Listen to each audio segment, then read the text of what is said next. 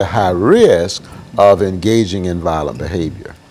As a matter of fact, in my experience as a minister as well as a psychiatrist, I have found that there's a very high percentage of people who have substance abuse problems who are in jails as well as in prisons. So that's evidence that people who engage in drug abuse are highly prone to end up in corrections. Okay, and Dr. Poe, what we'll do, we'll take this first commercial break and we'll pick up where we left off. And we'll be back with our audience following this very, very short commercial break.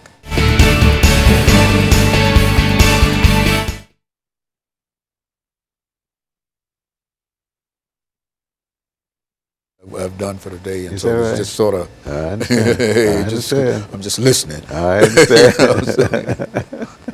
I've been sitting in this chair since 10 o'clock this morning. Is that right? Yeah, Is that right? 10 o'clock this morning. Wow.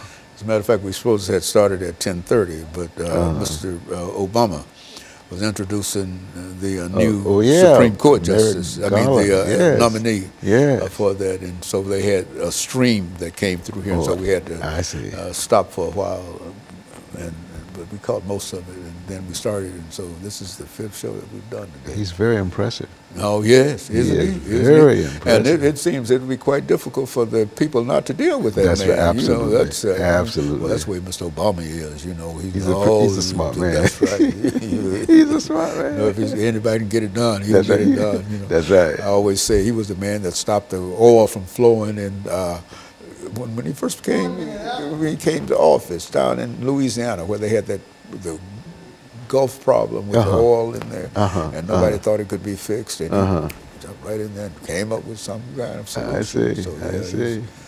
You know, but I think it's at least the ball is in their court. Oh, absolutely. Ain't no doubt about that. Absolutely. And ain't no use me asking you what you think about Mr. Trump. Oh gosh, we're going. If he's elected, it'll turn back the clock 50 years. Yeah, absolutely. And he's trying to. He says that in the old days we used to do it this way. That's what he's. But hopefully he won't be. Stand by.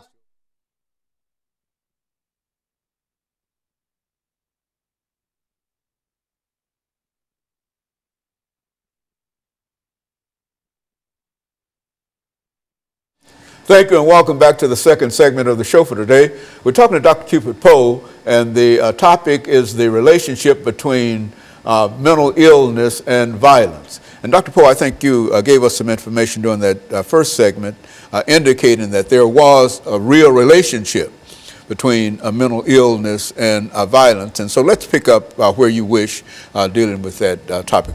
Okay. Well, first of all, I just want to say a word about mental illness. It's really a condition which involves a disturbance of one's thinking, emotions, and behavior to the extent that the person has difficulty in their relationships with other people and also in their social or occupational functioning. Violence, I think, at least from my perspective, is an act that does harm or threaten to do harm to another person or persons. And I also believe that violence, it can be often or is often directed at oneself. Anytime I do something that I know is going to do damage to my body and therefore to my mind, to me that's an act of violence.